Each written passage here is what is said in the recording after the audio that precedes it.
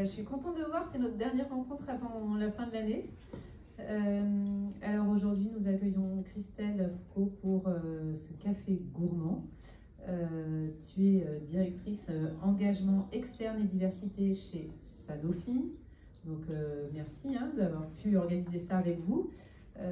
C'est à l'occasion du 8 mars dernier, vous nous aviez demandé que Christelle puisse en dire plus sur l'étude qu'avait fait Sanofi. Donc c'est ce qui va se passer aujourd'hui. Tu as été avant ça conseillère technique de la ministre en charge de l'égalité femmes-hommes, de la diversité et de l'égalité des chances, et tu étais sur des sujets de droit LGBT+. Maintenant, c'est pas le jour, hein, avec la Pride ce week-end, franchement, je suis pas du tout au point. Et puis, le dernier point, vous savez, le petit plus que j'aime bien, perso, tu es hyper sportif parce que tu es triathlète. Donc voilà, grande admiration, voilà, tu vois, tout le monde a une petite réaction. Comment ça se fait qu'un laboratoire qui pèse presque 43 milliards d'euros, ou de dollars, qui est présent dans des dizaines et des dizaines de pays, qui est donc une Global Health Company, eh bien, s'intéresse à la discrimination en santé? Merci déjà de m'accueillir ici au village. Bonjour à toutes. Il n'y a pas de messieurs, donc je dis bien bonjour à toutes. Je ne sais pas s'il y en a des connectés, ceci dit, il y a peut-être des messieurs qui sont derrière leur écran. Tu as la réponse en fait dans ta question, parce que Global Health Company, ça veut dire qu'on s'intéresse et qu'on prend en compte la santé de tout le monde. Donc ça c'est déjà un premier élément de réponse. Mais en fait, Sanofi a une démarche inclusive et de plus en plus, mais a essayé depuis quelques années déjà d'intégrer dans son activité, dans sa manière de travailler, dans ses effectifs, en fait, de la diversité.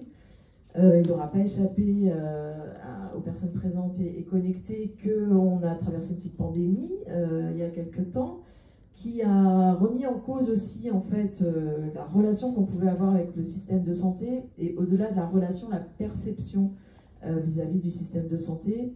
On a entendu plein de fake news pendant la pandémie. On a eu beaucoup de quand je dis on, c'est le public, hein, la presse n'a pas cessé de relayer des infos impliquant les entreprises pharmaceutiques comme étant pseudo-responsables de la pandémie, etc. Donc il y avait quand même un ensemble, un contexte qui faisait que le sentiment de confiance justement envers le système de santé était quand même pas au meilleur. Donc ça c'était une première intuition qu'on avait qui émanait en tout cas des personnes qui étaient les plus audibles et les plus sonores. Donc ça c'est un élément. Le deuxième, c'est donc comme je le disais, Sanofi fait beaucoup d'actions en interne, en tout cas pour essayer d'intégrer l'ensemble des diversités de population au sein de ses effectifs. On a des réseaux de collaborateurs qui représentent en fait ces diversités.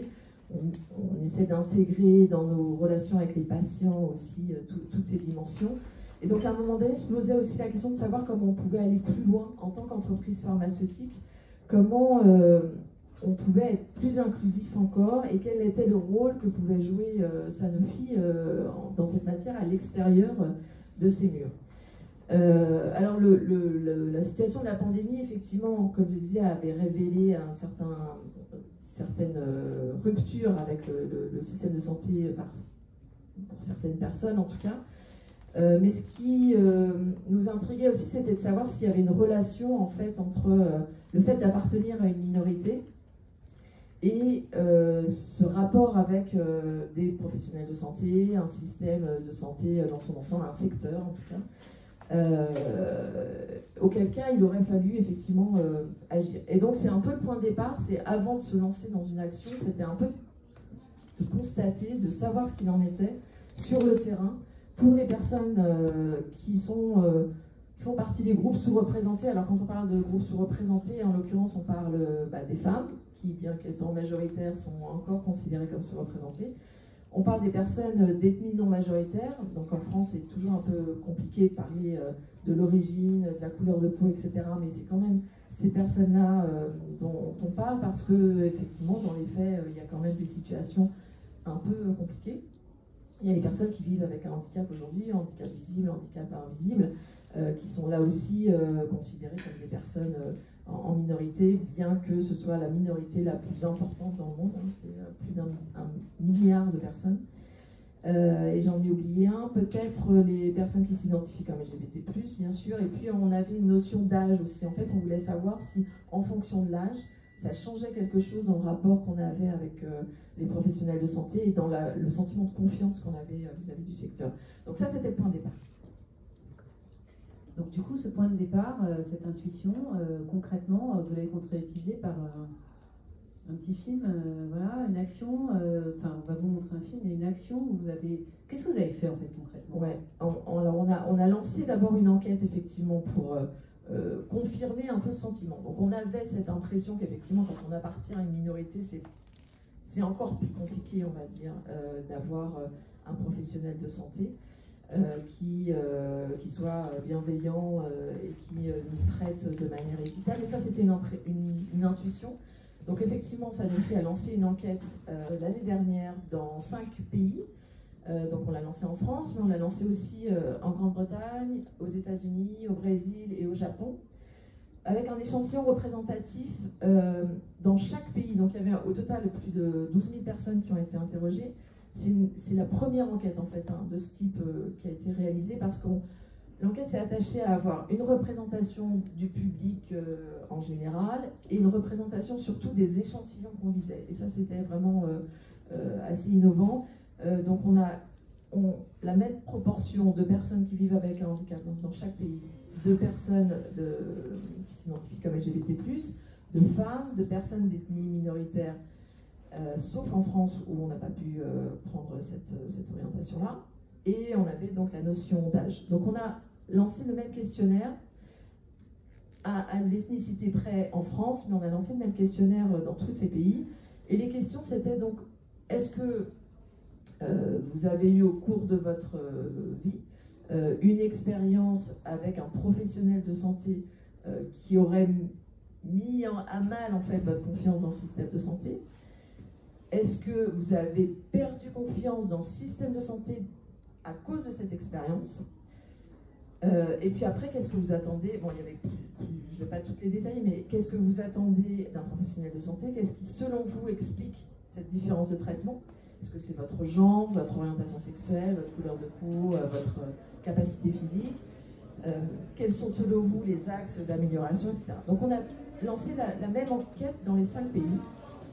Et ça, c'était le point de départ pour savoir si, oui ou non, il y avait une vraie différence et une vraie situation dans le sens un peu anglo-saxon, c'est-à-dire qu'il faut faire quelque chose parce que vraiment on n'est pas égaux tous par rapport à un professionnel de santé.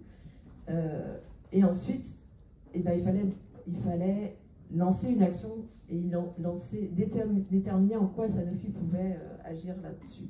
Mais effectivement, le film qu'on a fait présente un peu l'état d'esprit de Million Conversation, qui est le nom de l'initiative qu'on a lancée, effectivement, que je vous propose de regarder maintenant, voilà, si ça marche. Je vais juste changer un peu pour... Et après, je parlerai de l'enquête. Donc voilà. Tac. Et donc là, Margot, je suppose que j'appuie dessus. Why do so many people feel unheard in healthcare? Particularly those who know the pain of discrimination, who rarely feel truly represented. People who sometimes feel invisible. For so many, their trust in healthcare has been lost.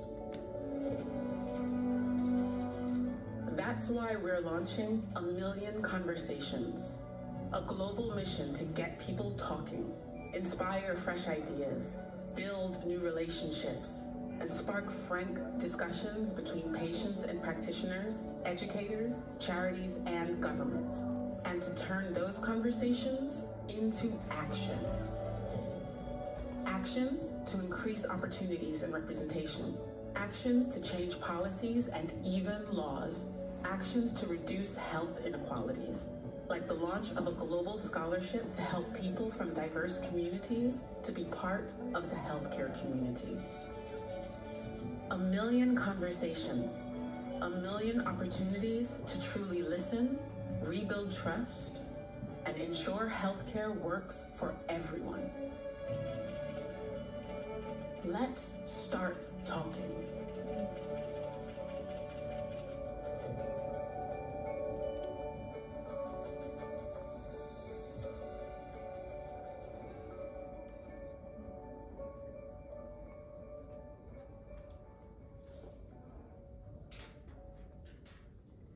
Alors voilà, ça c'est la présentation de Million Conversation, hein, donc c'est dans ce cadre-là d'ailleurs hein, que tu es ici, donc merci. Alors maintenant on va parler un peu de l'étude concrètement, c'est-à-dire de quelques résultats importants et phares. Donc là je vais te laisser présenter, puis je vais te poser 2-3 questions pour avoir des compléments. Ensuite vous pourrez, vous, une fois qu'on a fini hein, notre moment, vous pourrez sans problème évidemment poser des questions, revenir sur les chiffres, discuter avec Christelle. On a rarement hein, l'occasion de pouvoir discuter comme ça avec les gens qui portent ces études-là, donc profitez-en. Et là, je migre encore, hein, et pardon, je laisse la place pour l'écran. Et voilà. On va vous l'envoyer bien sûr, hein, mais c'est simplement... Je vais juste montrer un premier slide qui pose un peu le sujet aussi. Donc ça, c'est les réponses en France. Donc la question qui était posée, dans votre parcours de soins, avez-vous déjà eu le sentiment d'être exclu, incorrectement représenté ou entendu? Donc ça c'est le pourcentage hommes et femmes confondus. Hein. Pour cette slide, on a le mix. Après je vous détaillerai la partie des femmes dans ces réponses. Mais on voit bien en fait l'impact d'appartenir à un groupe sous-représenté dans cette situation. Pour comparer avec... le reste de la population, en général, on a 49% à peu près du reste de la population qui se sent, qui n'a pas confiance dans le système de santé ou qui a eu une expérience négative. Voilà, donc vous comparez avec un référent à 49% à peu près. Ce qui ressortait de l'enquête, c'est qu'effectivement, et là aussi la pandémie a joué un rôle, c'est qu'effectivement il y avait une perte de confiance dans le système de santé parce qu'il y avait eu au moins un événement qui avait fait qu'à un moment donné la confiance avait pu être mise à mal, sans être rompue, mais en tout cas mise à mal. Ça c'était à peu près général. Par contre, ce que révèle l'enquête, c'est qu'effectivement pour les femmes c'est accru par rapport aux hommes et encore plus aggravé, je dirais, par rapport à une minorité que serait donc un handicap, une minorité ethnique ou une orientation sexuelle et une identité de genre. Ça c'est valable dans tous les pays. Donc il n'y a pas que la France, il y a presque qu'un seul pays où la réponse, donc on avait autant confiance en fait qu'on soit un homme ou une femme dans le système de santé, c'est le Japon, curieusement, où on était presque à 50%. Mais dans tous les autres pays, il y a un delta entre hommes et femmes. Et il y a un delta qui est plus conséquent quand on est à l'intersectionnalité, donc quand on remplit 2 catégories. C'est le cas par exemple pour les femmes handicapées. Alors, si je reprends les chiffres parce que là vous ne les avez pas sur le slide, mais une femme handicapée, c'est 58% de réponses favorables qui disent qu'elles ont eu une expérience négative qui a endommagé leur confiance dans le système de santé, 58% contre 43% pour une femme qui n'est pas handicapée. Donc l'intersectionnalité vraiment aggrave le constat. C'est très fort avec le handicap en France. Femmes et handicap en France, ce sont les chiffres les 2 plus importants. Ça l'est moins pour l'orientation sexuelle et l'identité de genre en France. Tu peux peut-être te rassurer parce que sinon tu vas rester debout tout le temps. Mais c'est pas grave, mais c'est pour que j'envoie le... Alors je fais juste les 2 slides que j'ai, mais après on va en parler de vive voix peut-être. Voilà, c'est sur la partie handicap. Donc femmes et handicapés, 67%. Si vous n'appartenez pas à une de ces catégories-là, enfin à ces 2 catégories-là, donc 47%. Donc ça c'est le chiffre en France. Donc effectivement l'intersectionnalité c'est quelque chose qui est ressorti aussi de l'enquête. Je ne sais pas quelle était la question que tu m'avais posée au départ d'ailleurs, parce que je suis partie dans les chiffres. Tu me donnes quelques chiffres, puis après je devais rebondir sur l'intersectionnalité, mais tu le fais. Donc je ne rebondis pas. En fait, on pourra parler d'un autre aspect qui n'est pas dans l'enquête France, puisqu'on n'a pas effectivement l'orientation, l'origine ethnique, qu'on a donc dans les autres pays. En France, effectivement, c'est plutôt handicap, comme je disais, et l'orientation sexuelle ou l'identité de genre, même si la partie orientation sexuelle et identité de genre est moins importante en décrochage par rapport au reste de la population. Qu'est-ce qui ressortait aussi d'intéressant dans les éléments femmes-hommes? Ce qui ressortait aussi, en fait, dans tous les pays, on a demandé aux personnes interrogées qui donc témoignaient ou relevaient une différence le sentiment d'une différence de traitement. C'est, selon vous, quel est l'élément qui justifie cette différence de traitement? Est-ce que c'est justement votre genre? Est-ce que c'est votre orientation sexuelle, votre identité de genre, votre âge? Et en fait, curieusement, en France, le genre, justement, n'est pas sorti dans les 3 premiers. Les personnes qui ont répondu ont classé le genre en 5e. Souvent, ce qui ressort dans les premiers facteurs, c'est l'âge et le niveau socio-économique, la CSP ou les revenus. Ce sont les 2 critères principaux qui ressortent.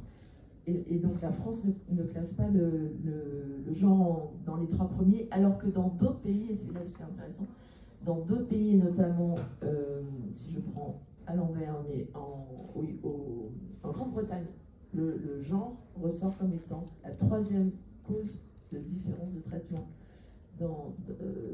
parmi tous les autres. Il faut savoir qu'en Grande-Bretagne, une femme noire a 4 fois plus de risques de mourir à l'occasion d'un accouchement qu'une femme blanche.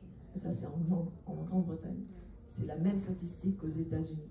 Mais là, on est quand même en Europe, voilà, Europe hors Brexit. C'est très intéressant, ça veut dire que, on va revenir au côté ethnique, mais ça veut dire que si on regarde qui se sent discriminé, c'est les femmes qui ressortent en premier quasiment en France.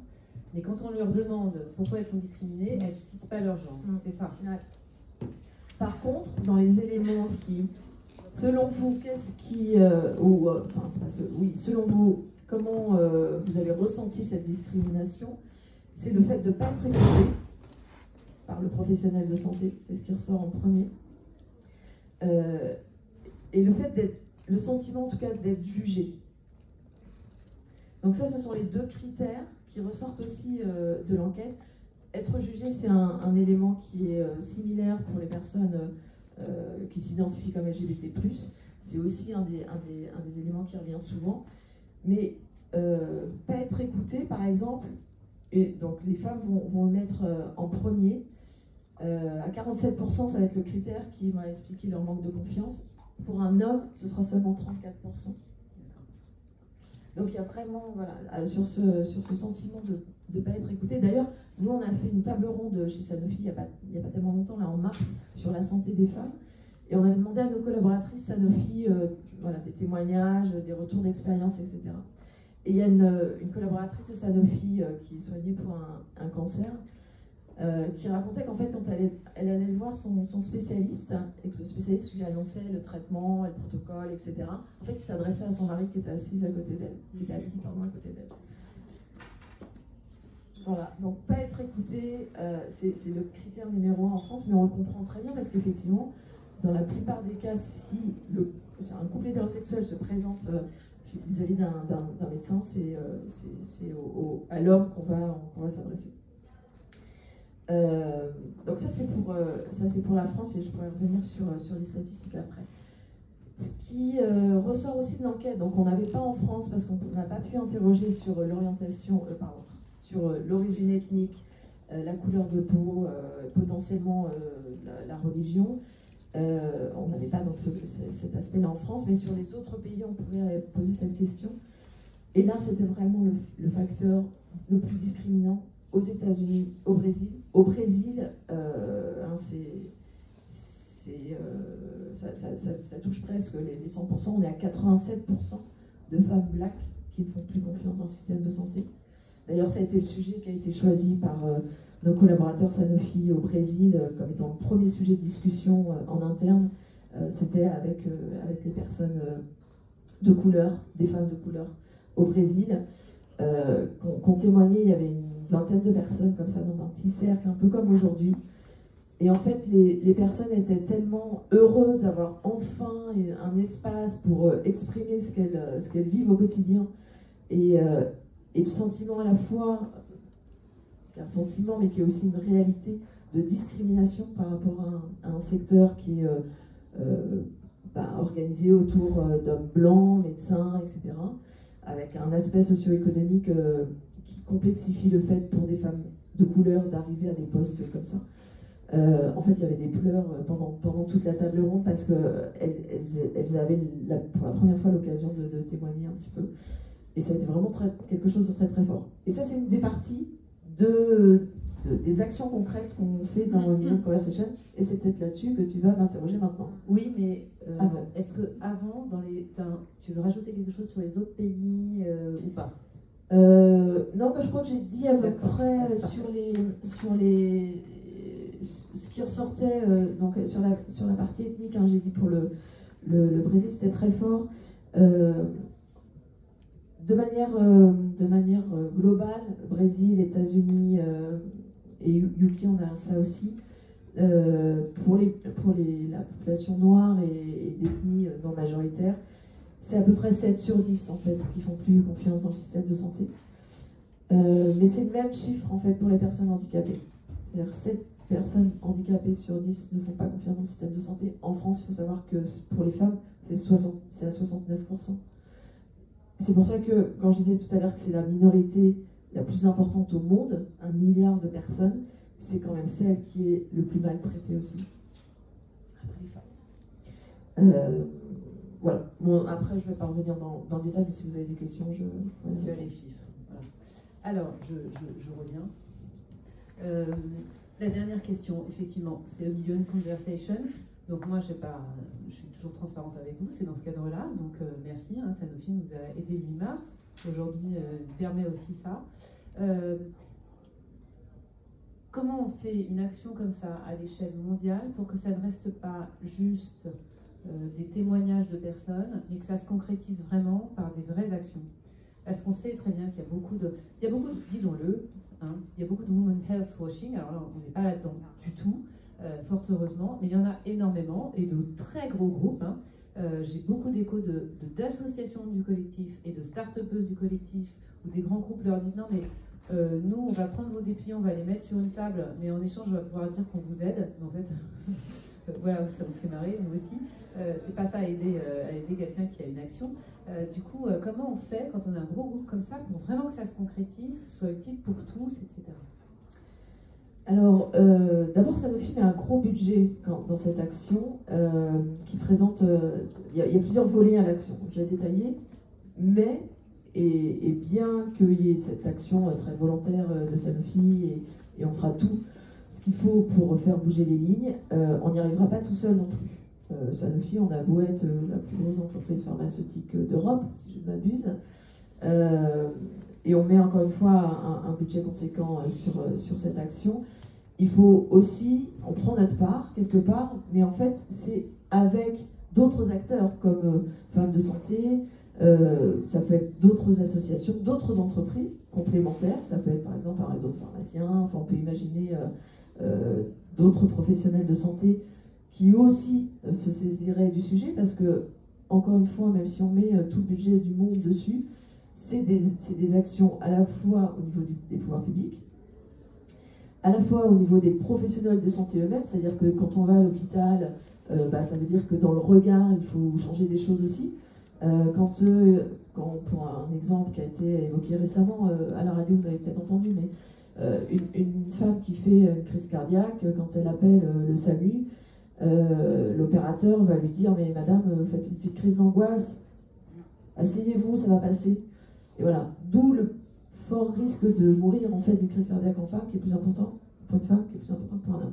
Ça, c'est des biais, en fait. C'est des biais qu'on a tous, et il ne s'agit pas d'être de montrer le professionnel de santé du doigt, parce que nous-mêmes, on a des biais. Donc, c'est naturel. Par contre, il faut en avoir conscience, et il faut travailler dessus pour éviter qu'effectivement la dame, elle raccroche et qu'une heure après, elle meure, en fait. Parce que quand même, elle a décroché. Et notre faiblesse, enfin c'est pas une fragilité pour le coup, c'est comme les femmes en fait se plaignent moins que les hommes et en fait vont attendre plus longtemps avant d'appeler parce qu'on endure aussi un peu la douleur, etc. Et donc du coup, on est moins crédible parce qu'en fait, vous en êtes tout dans l'échelle de la douleur et comme vous supportez un peu mieux que les hommes, vous n'allez pas oser dire que vous êtes à 9 déjà, donc vous allez dire 7 peut-être. Et en fait, vous êtes beaucoup plus haut que ce que vous annoncez. Et quand, et je ne veux pas faire de clichés, mais quand l'homme à 5 déjà appelle en disant je suis au bout de ma vie, voilà. Donc il y a une différence en fait, mais ces différences-là, elles n'ont pas beaucoup été prises en compte en fait, à la fois dans le traitement de la douleur, c'est pour ça qu'aujourd'hui on parle de l'endométriose, mais l'endométriose il n'est pas apparu en 2020, ni en 2021, ni en 2022. Toute la gestion de la douleur et les règles douloureuses aussi, il y a quand même un retard de traitement qui est aussi lié au fait que cette douleur-là, on ne la prenait pas en compte de la même manière que les hommes. Bon, bref, ça c'était une aparté. Donc Sanofi tout seul, on fait, mais il va falloir effectivement qu'on soit beaucoup à faire pour que les choses bougent. Ce que fait Sanofi. Donc il y a plusieurs actions. Il y a une action qui répond en fait à ce qui ressortait aussi de l'enquête. C'est dans les choses qui étaient remontées comme étant un facteur de sentiment de discrimination en tout cas. Je vous l'ai dit tout à l'heure, il y avait le sentiment de ne pas se sentir écouté, mais ce qui apparaissait aussi dans les réponses, c'était j'aurais bien aimé avoir en face de moi quelqu'un qui me ressemble. Et ça, c'est vrai pour les minorités, et notamment les minorités de couleur. Et on pourrait imaginer de confession aussi, mais en tout cas, sur les minorités de couleur, c'est quelque chose qui est ressorti très fort dans les pays où on pouvait l'exprimer. Aux États-Unis, sur les Blacks, au Brésil, sur les Browns, alors moi au Japon forcément, mais au UK aussi. C'est voir enfin en face de moi quelqu'un qui me correspond et qui me ressemble. Ça, c'est un des éléments souhaités par les personnes qui ont répondu au questionnaire. Donc, pour répondre à ce premier pilier-là, c'est Sanofi et on a commencé donc, du coup à identifier les écoles avec lesquelles on va travailler, et à l'heure qu'il est, Sanofi d'ailleurs signe un partenariat avec quelques écoles françaises, contribue à la diversité des professionnels de santé. Ça passe par aider des étudiants issus de ces groupes minoritaires à devenir des professionnels de santé et donc à aller au bout de leurs études. Donc il y a un volet bourse d'études avec un budget conséquent qui est la majeure partie du budget de Sanofi qui va aller sur cet aspect-là dans les 5 pays dans lesquels on lance l'initiative. Hop, premier pilier. Deuxième, troisième pilier qui sont assez liés. On a dit dans la vidéo, on va commencer à parler. Oui, mais comme tu l'as dit, il ne s'agit pas de parler pour parler. Entendre la parole, par contre, entendre les témoignages, c'est important. Je vous ai parlé de la table ronde au Brésil qui a quand même permis aux femmes de se libérer et pour la première fois d'être entendues. Et déjà ça, ce premier événement-là, a contribué à restaurer un peu leur confiance dans c'est en train de changer et peut-être que je vais pouvoir faire confiance au système de santé après. Donc on va organiser ces conversations avec les différentes minorités, les groupes sous-représentés dans les 5 pays dont on parle, par thématique. Donc on a commencé au sein de Sanofi avec les femmes en mars, tu y étais d'ailleurs, donc on a eu un premier échange. Il va y avoir d'autres échanges comme ça. Ces échanges-là vont nous permettre aussi de connecter avec les professionnels de santé, c'est-à-dire qu'à un moment donné, on va avoir une co-construction d'un plan d'action avec les professionnels de santé pour pouvoir vous rejoindre aussi, femmes de santé, sur les préconisations qui ont été faites, mais ça, on va le faire avec les autres minorités aussi. Et pour le coup, sur le handicap, la santé des personnes handicapées, il y a aussi beaucoup de choses à faire. Sur la santé pour les personnes LGBT+, il y a aussi de la discrimination et en tout cas une différenciation de traitement. Donc là aussi, il faut s'emparer du sujet. Pour l'instant, il n'y a que les associations qui s'en occupent, donc il faut les accompagner.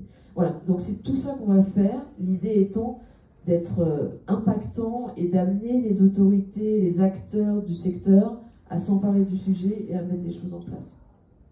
Merci beaucoup. Nous, on serait ravis de travailler justement sur ce biais genré autour des professionnels de santé. Je passe l'info. C'était l'un des piliers qu'on avait pour nos états généraux, donc je rebondis. C'est extrêmement intéressant. Donc maintenant, moi, d'abord, je te dis merci d'être venu, etc. Et merci Clotilde d'avoir fait cette mise en relation aussi. Est-ce que vous avez des questions? Si vous voulez bien dans la salle, puisqu'on a l'occasion de se voir après, je pense qu'on peut laisser la parole aux gens en visio, si toutefois vous en avez. Et dans ces cas-là, je vous invite soit à l'écrire, puisque... non, Margot n'est pas derrière, donc je vous invite à prendre la parole, du coup. Comme ça, moi, je peux vous entendre.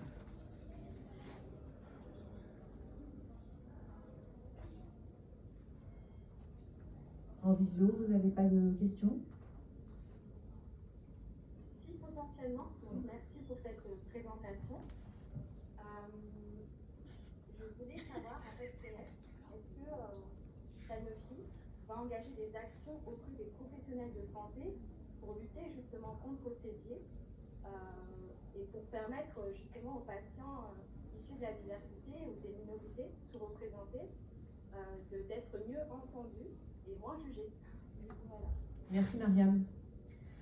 Alors, donc, je vais reprendre peut-être le fil, c'est qu'on a lancé en janvier l'action, elle va s'étaler sur plusieurs années. Mais effectivement, ça fait partie des choses. Là, on est dans la phase en fait de démarrage, donc il faut qu'on identifie en fait les actions un peu prioritaires. Il faut qu'on construise avec les personnes concernées, parce que c'est pas aussi Sanofi tout seul qui va dire il faut faire ça, il faut faire ça. Il faut effectivement entendre. C'est pour ça qu'on a cette phase de témoignage et de table ronde avec les communautés, c'est qu'il faut qu'on entende les axes prioritaires sur lesquels il faut travailler et les actions qu'on peut mettre en place.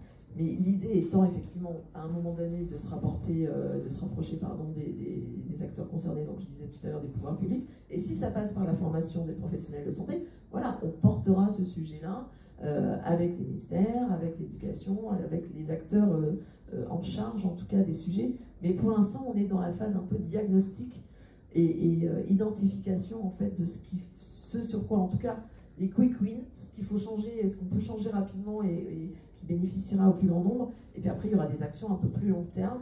La formation des professionnels de santé, des médecins notamment, va en faire partie. Par contre, ça veut dire qu'il faut tabler à la fois sur la formation initiale et la formation continue, parce que quelqu'un qui a fait ses études de médecine, même s'il y a 5 ans, s'il y a 10 ans, s'il y a 20 ans, bah, c'est pas les mêmes. Il y a des choses qui ont évolué quand même, et donc il va falloir le reformer un peu. Donc voilà, donc il y a des aspects, celui-là sortira probablement, mais on est en tout cas dans cette phase d'identification et de reconstruction.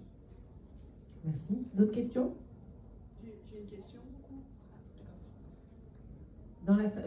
J'allais dire dans la salle virtuelle. Oui. Sinon, il y a une question dans notre salle à nous. Je vous laisse réfléchir et allez-y, je vous en prie. Justement, vous disiez que vous étiez à l'étape des diagnostics. Est-ce qu'il y a le point de vue des professionnels de santé qui a été recueilli sur ces biais? Alors, pour vous, à l'étape des diagnostics, y a-t-il eu un recueil des avis et de la parole des professionnels de santé sur ces biais? Alors, pas encore. Pour l'instant, on a fait dans la construction de notre démarche, on avait d'abord des enquêtes, des enquêtes internes et des restitutions de témoignages et de partage d'expériences en interne dans Sanofi. Sanofi, pour info, c'est 20 000 employés quand même en France. Et il se trouve qu'on a des réseaux représentant en fait ces diversités aussi dans nos équipes. Et ça a plusieurs intérêts. En fait, ça a d'abord d'entendre nos propres employés témoigner, ça leur donne l'occasion aussi de s'exprimer sur ces sujets-là. Parce que quand on travaille, on veut aussi donner du sens à ce qu'on fait. Et donc, je pense que c'est important et c'est bien qu'on puisse les écouter. Et donc, il y avait la première étape, dialogue interne, et la partie dialogue externe, donc avec les professionnels de santé, c'est la deuxième étape. Donc, on commence là, on a juste fait la première étape interne en mars. Et donc là, on va commencer, mais aujourd'hui, ça en fait partie aussi, à connecter avec un réseau extérieur un peu plus large. Et puis après, on va voir comment on avance concrètement. On va aussi faire une analyse, en fait, avec l'aide d'une agence qui va nous aider à faire aussi un peu le diagnostic des politiques publiques qui sont déjà en cours sur le handicap, sur les personnes LGBT+, il y a un plan national d'action qui va être présenté d'ailleurs cette semaine, qui intègre aussi des actions liées à la santé. Donc l'idée, c'est aussi de s'appuyer, c'est pas de refaire tout ça dans son coin, des actions, et puis chacun fait dans son coin. En fait, il faut vraiment qu'on essaie d'être le plus fédéré, voilà, et travailler ensemble. Donc c'est l'objectif des semaines qui vont venir. Oui. Moi j'ai une question par rapport à l'intersectionnalité femmes et handicap. Comment vous allez prendre en compte justement pour vos tables rondes? Parce que si j'ai bien compris, vous avez commencé déjà par les femmes. Quand est-ce que cette volet-là va arriver et qu'est-ce que vous pensez mettre en place pour ça? Je traduis pour vous à distance. L'intersectionnalité femmes-handicap, donc Sanofi s'attaque déjà aux femmes. Comment on fait venir les femmes handicapées ensuite dans toute cette action? Oui, c'est une bonne question. Alors, normalement, je crois qu'en septembre-octobre, on va avoir une table ronde au sujet du handicap. Donc, il y aura aussi des femmes. Et donc, on va le voir à ce moment-là, mais on a déjà eu un témoignage qui est indirect parce qu'en fait, il y a eu, ça me permet de le dire aussi, mais Sanofi est partenaire des Jeux Olympiques de Paris 2024, qu'on a on a une team d'athlètes assez diversifiée pour le coup, et on a des athlètes handicapés aussi. Et il se trouve qu'il y a une des athlètes qu'on soutient qui fait du para-aviron, qui est anglaise, pardon, et qui est venue au siège l'autre jour. Elle est en fauteuil roulant. Alors elle est à la jonction de plusieurs identités, puisqu'elle est lesbienne, handicapée et femme. Et donc elle est venue l'autre jour et on l'a interrogée. Et elle nous disait, donc elle est en fauteuil roulant et elle est mariée maintenant d'ailleurs avec une autre athlète britannique qui a une prothèse, donc qui est debout. Et elle racontait que même quand elles sont toutes les deux face à un médecin, c'est sa copine qui est debout que le médecin regarde, quoi. Parce qu'il y a une gêne. Là, je prends. On a le temps donc. Voilà, donc, je sais pas, ça va suffire.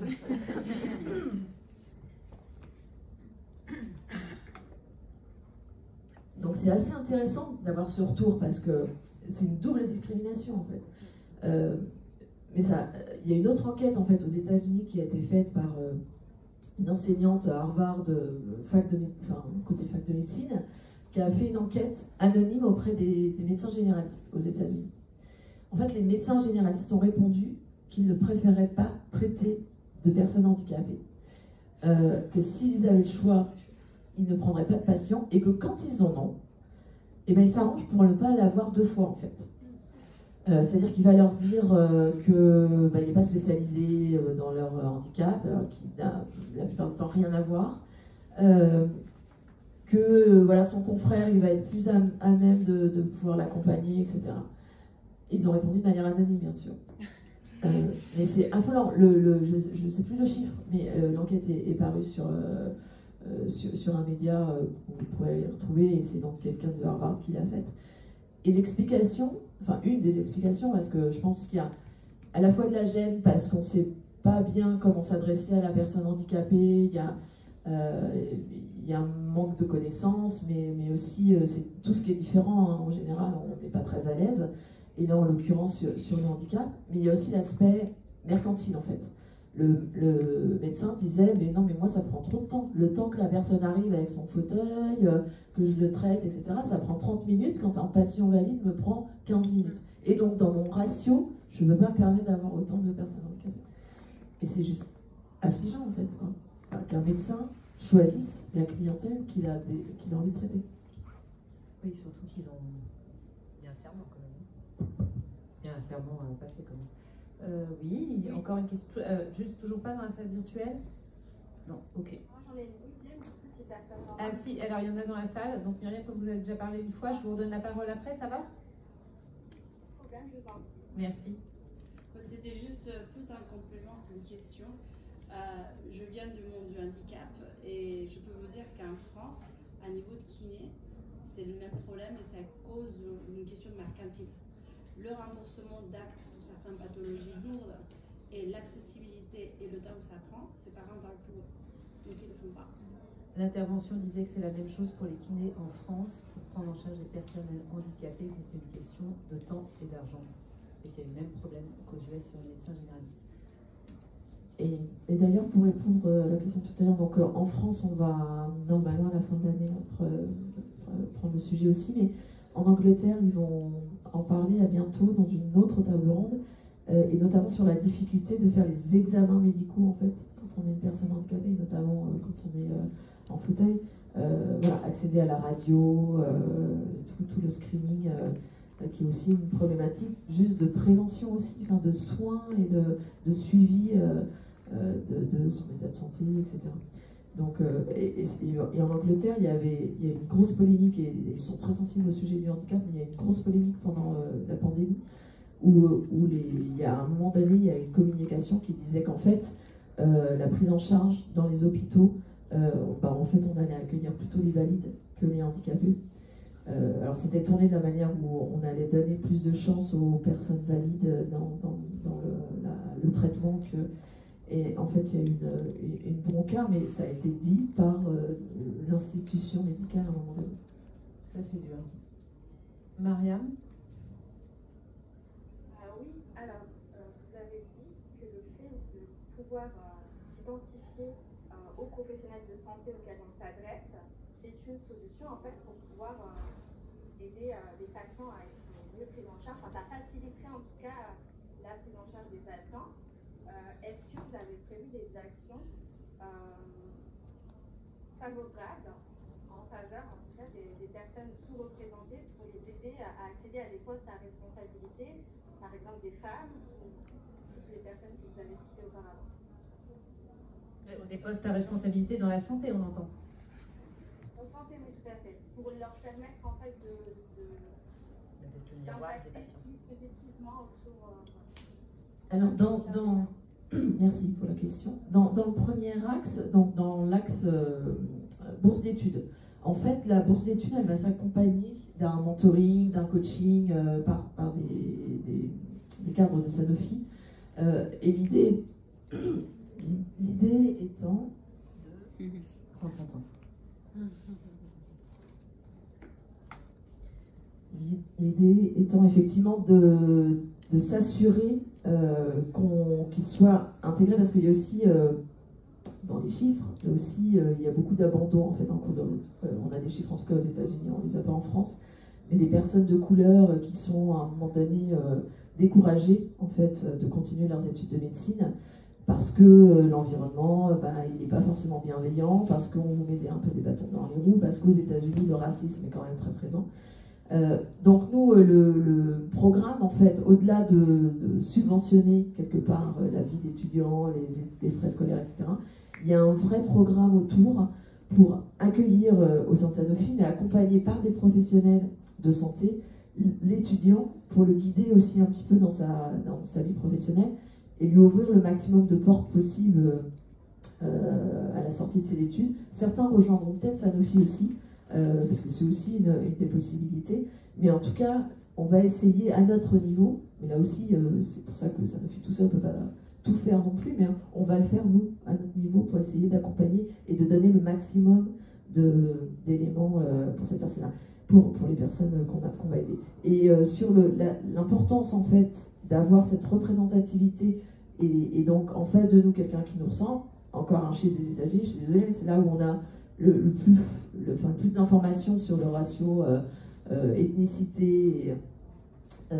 En fait, une personne noire une personne noire qui se trouve dans un pays où il y a beaucoup de docteurs noirs a une meilleure espérance de vie que dans un pays où les docteurs sont blancs. D'accord. Donc, voilà, il y a des liens. Et en formation continue, vous espérez faire quelque chose? Ou alors de permettre à des gens qui sont en poste de progresser et d'aller plus loin dans leur carrière?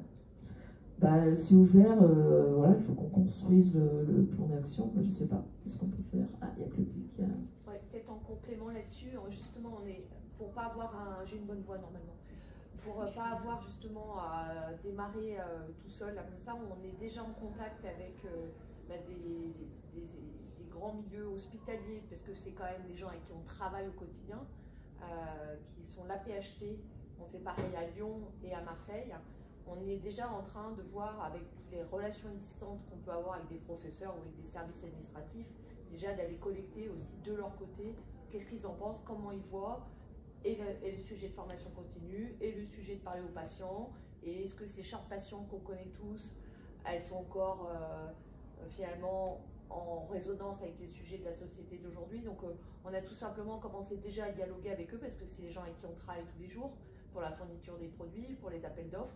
Donc on démarre comme ça, avec les gens avec qui on bosse, c'est très informel, et c'est là où on capture des idées, des projets. Et il y en a plein qui nous disent « Ah oui, ben nous on avait une formation sur les biais, mais je ne sais pas où ça en est », ou « Ah oui, vous avez raison, c'est un sujet, on en a parlé en équipe pluridisciplinaire ». Voilà, ça commence, mais on va surtout aller écouter, parce que une fois de plus, on ne cherche pas à opposer, il n'y a pas des gens qui ne se comportent pas bien, et puis nous qui sommes là en train de dire bah, « il ne faut pas faire ça ». Donc on est vraiment beaucoup là-dessus, mais ça démarre avec tout simplement les établissements hospitaliers avec qui on bosse au quotidien. Et en complément peut-être aussi, le réseau associatif fait aussi, en tout cas sur un domaine que je connais qui est l'orientation sexuelle ou l'identité de genre, il y a des associations qui font déjà de la formation aux médecins pour sensibiliser, pour expliquer un peu ce que c'est que la transidentité par exemple. Donc, et même il y a des centres de santé communautaire aussi qui sont plutôt orientés santé sexuelle, mais qui font aussi de la formation aux médecins. Donc il y a des choses qui existent quand même. L'idée c'est effectivement de généraliser un peu ça et de voir comment on peut s'assurer que tous les médecins de France aient accès à cette formation continue. Quoi. Si je peux me permettre, désolée, en fait dans ma question il y avait aussi le fait de pouvoir inclure en fait des personnes issues des personnes sous-représentées au sein des postes à responsabilité pour que ça puisse derrière rayonner autour au niveau de l'impact en fait en santé, sur les professionnels de santé, parce que c'est quand on vit la situation qu'on la comprend le mieux, et donc c'est bien de pouvoir inclure ces personnes sous-représentées dans cette démarche. Oui, tout à fait. C'est ce qu'on essaie de faire. Après, nous on le fait par le biais de la bourse d'études, on ne peut pas dans l'après. Voilà. Deux questions. Alors on y va. Premier rang, deuxième rang. D'accord, on y va. Alors, bien fort. Je vais répéter. Déjà, bravo et merci pour toutes ces actions que vous mettez en place. Vous agissez sur l'écosystème. J'aimerais vous poser une question sur les études cliniques.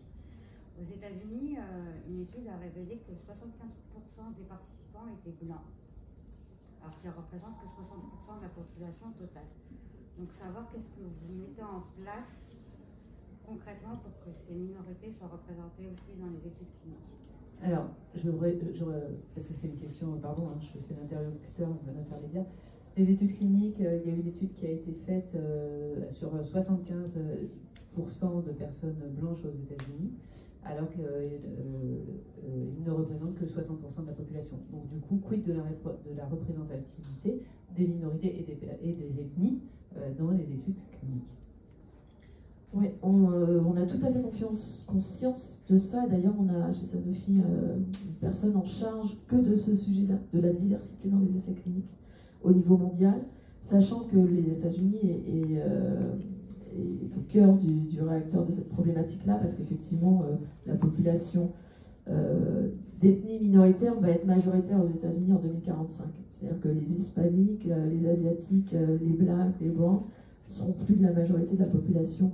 Les blancs seront 49% de la population en 2045, d'après les statistiques démographiques, les prévisions. Donc c'est un sujet d'actualité.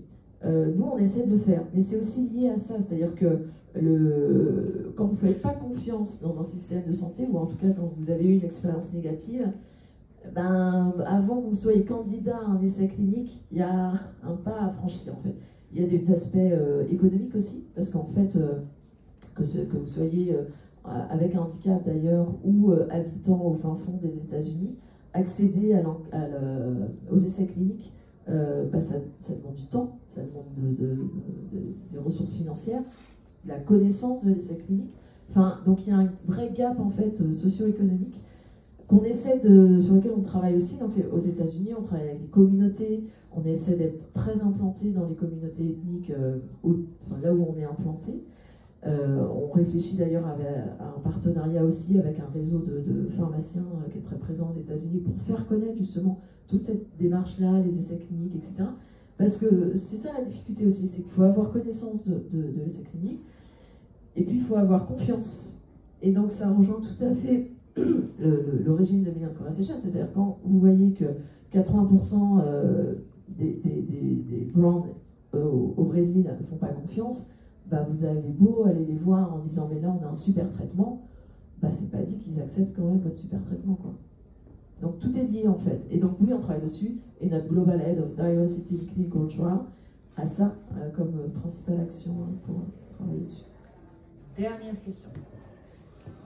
J'avais la question équivalente, mais pour les femmes, parce que ça a été en fait un sujet qui a été pas mal débattu il y a quelques années, donc l'équité d'accès aux études cliniques pour les femmes et les hommes, et en particulier dans un pays où finalement l'accès est assez identique, et pourtant dans les études, il y a encore de la disparité. Alors je connais moins la statistique en France sur la diversité femmes-hommes dans les essais cliniques. Donc j'aurais pas forcément de réponse. Nous on travaille avec les associations de patients, on essaie de vulgariser aussi cet aspect essais cliniques. Il y a quelques-uns de nos collaborateurs qui interviennent des fois dans des écoles pour expliquer juste comment ça marche, parce qu'en fait il y a aussi des idées un peu préconçues sur les essais cliniques, les essais qu'on faisait sur des animaux, etc. Bah, c'est plus ça, quoi. C'est super encadré, ça sauve des vies tous les ans en fait, et tous les jours je dirais même. Donc il faut aussi expliquer comment ça marche et comment y avoir accès. C'est aussi rendre l'information accessible à tous. Donc il y a des actions au quotidien au sein de Sanofi pour faire connaître ça. Après, on peut toujours mieux faire, mais on essaie de vulgariser. Peut-être en complément, comme elle est dessus, aujourd'hui le cadre des phases 1 cliniques n'autorise pas la phase 1, d'ailleurs la 2 et la 3 aussi, la possibilité qu'on ait d'aller faire des études sur des femmes, enfin avec des femmes. Aujourd'hui, le cadre ne le permet pas, parce que de toute façon, dès la phase 1, on n'a pas les éléments qui peuvent être tératogènes, qui peuvent avoir des implications sur la reproduction, etc. Donc aujourd'hui, malgré les cliniciens, tous les gens avec qui on travaille, les professeurs, évidemment tout le monde sait très bien qu'il y a un pan aujourd'hui de la recherche. On est vraiment là sur la partie recherche au-delà de la clinique, c'est la recherche qui ne prend pas assez en compte les particularités de la santé de la femme, et c'est tout ce qui a été discuté avec les états généraux, avec l'Institut. Donc cet angle-là, on sait qu'il y a un angle mort, mais après nous, on est obligé de s'inscrire dans les projets. Il y a d'autres, je vois des collègues de la pharma pas très loin. On est tous, on est aujourd'hui, évidemment, le cadre des études cliniques ne nous permet pas de le faire. Mais, voilà. Mais comme il y a un cadre pour les médicaments pédiatriques, voilà. il pourrait bien y avoir un cadre en fait pour les médicaments à destination des femmes qui sont encore en âge de procréer. Exactement, c'est exactement une des axes. Dans ce domaine-là, en fait, typiquement, c'est bon parallèle. Le pédiatrique a pas mal avancé, mais on sait aussi que notamment en oncologie, les études pédiatriques restent en deçà de ce qu'on peut avoir comme attente vis-à-vis de la recherche et trouver des traitements pour les personnes. Et c'est la même façon, effectivement, pour les femmes en âge de procréer, mais ça serait la meilleure façon de l'attraper, c'est-à-dire que ça soit co-construit, qu'on aille regarder quel type de protocole pourrait être adapté et qui est un vrai travail là-dessus. Le parallèle est tout à fait bon, mais pour les mêmes raisons, qui sont des bonnes raisons, qui sont des raisons de protéger le patient. C'était le mot de la fin. Est-ce que tu veux ajouter quelque chose quand même? Juste que si vous êtes intéressé pour contribuer à cette démarche, d'abord vous pouvez vous rapprocher de nous, parce que je l'ai dit en préambule, mais plus on sera nombreux à pousser pour ces changements et tenter d'infléchir un peu les choses, plus on a de chances d'y arriver en fait. Donc tout le monde est le bienvenu. Merci à vous. Donc je vous fais le dernier rappel. Normalement le 8 décembre, ce sont nos états généraux. On ne sait pas encore trop où ça va être, mais voilà. Santé environnementale, 2 volets, santé de la femme et nous, actrices de santé, labo pharma, start-upper, personnes travaillant en cabinet médical ou en hôpital. Qu'est-ce qu'on peut faire pour balayer devant notre porte, c'est le cas de le dire, pour avoir moins d'impact sur la santé environnementale. Voilà, ça sera le thème des ateliers généraux, tout en ne réinventant pas, ce qui a déjà été dit une fois, hein, donc voilà, vous commencez à nous connaître maintenant. Donc les ateliers vont commencer, donc inscrivez-vous, venez bosser avec nous là-dessus. Venez, il y a Catherine qui est à Azoulay, qui est dans le fond, là, qui a fait une synthèse bibliographique géniale, et merci Catherine qu'elle va vous présenter. Donc voilà, on continue nos travaux. Quant à l'Institut français de la santé de la femme qui coordonnerait une stratégie nationale de santé de la femme, c'est long, c'est lent, on avance, on a besoin de soutien. Je ne vous cache pas qu'il faut beaucoup d'argent pour le créer. Donc voilà, avis à toutes et à tous. Si vous avez de l'argent, dites-le-moi. À très très bientôt et merci de vous être logués, à vous qui nous regardez de loin. Le gâteau d'aujourd'hui, c'est un gâteau, c'est un de mes préférés, de la meringuée, framboise, fruit de la passion. Voilà, bon appétit. Merci.